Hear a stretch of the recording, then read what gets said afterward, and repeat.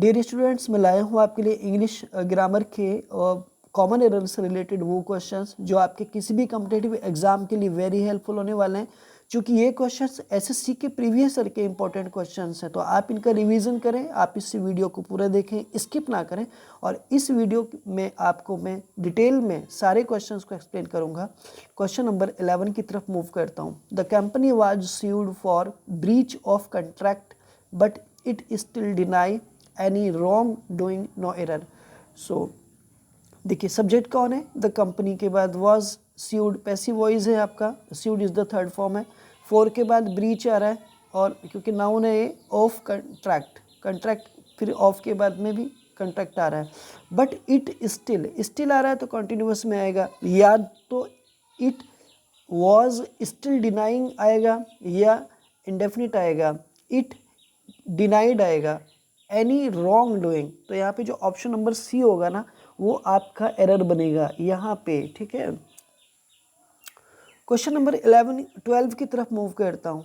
Honesty is a best policy, ये एक तरीके से प्रोवर्ब है और ये प्रेजेंट इंडेफिनिट को रेफर करता है। और ऑनेस्टी जो है वो एक तरह से एब्स्ट्रैक्ट नाउन है, तो जनरली एब्स्ट्रैक्ट नाउन से पहले हम किसी भी आर्टिकल का यूज़ नहीं करते हैं, और ऑनेस्टी के साथ में सिंगुलर वर्ब इज आ रहा है। अब ए बेस्ट पॉलिसी आ रहा है, तो देखो बेस्ट जो है वो सुपरलेटिव डिग्री है किसका? गुड का, ठीक है। गुड, बेटर, बेस्ट, और पॉलिसी फिर से यहाँ पे एक एब्स्ट्रैक्ट नाउन है। सो इस तरह से सुपरलेटिव डिग्री आने की वजह से एक ही जगह दा का यूज़ हो जाएगा, क्योंकि सुपरलेटिव डिग्री में दा का यूज़ होता है, the best policy. So the right option हो जाएगा आपका honesty is the best policy, यानी सी ऑप्शन आपका एरर बनेगा यहाँ पे। आई होप यहाँ तक बातें आपको अच्छे से समझ आ रही होंगी। क्वेश्चन नंबर 13 की तरफ मूव करता हूँ। Rushad usually sits in a first row in the weekend conference hall every week, no error.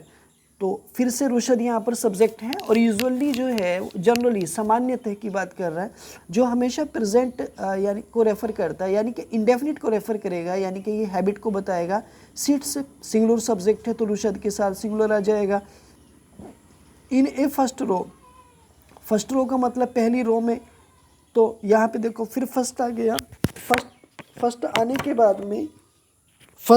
के बाद में ये जो है एक तरीके से कॉर्डिनल एडजेक्टिव होता है, फर्स्ट, सेकंड, थर्ड। तो अपने पहले ना ये एक तरीके से ना आर्टिकल दा का यूज़ लेगा, तो एक ही जगह आपको दा का यूज़ करना है।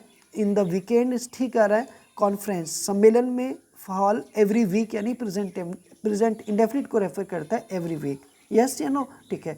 क्वेश्चन नंबर 14 की तरफ मूव करता हूँ। The rich should help poor, देखो यहाँ पे एडजेक्टिव है रिच, उसमें आर्टिकल लगाया द और उसे नाउन बना दिया गया है। सारे अमीर लोग, शुड हेल्प मदद करनी चाहिए, पुअर से पहले आर्टिकल द का यूज़ करेंगे, हेल्प द पुअर। इस तरीके से जिस तरह से द रिच आया वैसे ही द पुअर आएगा। Question number last. He was that angry that he slammed the book on the table, no error.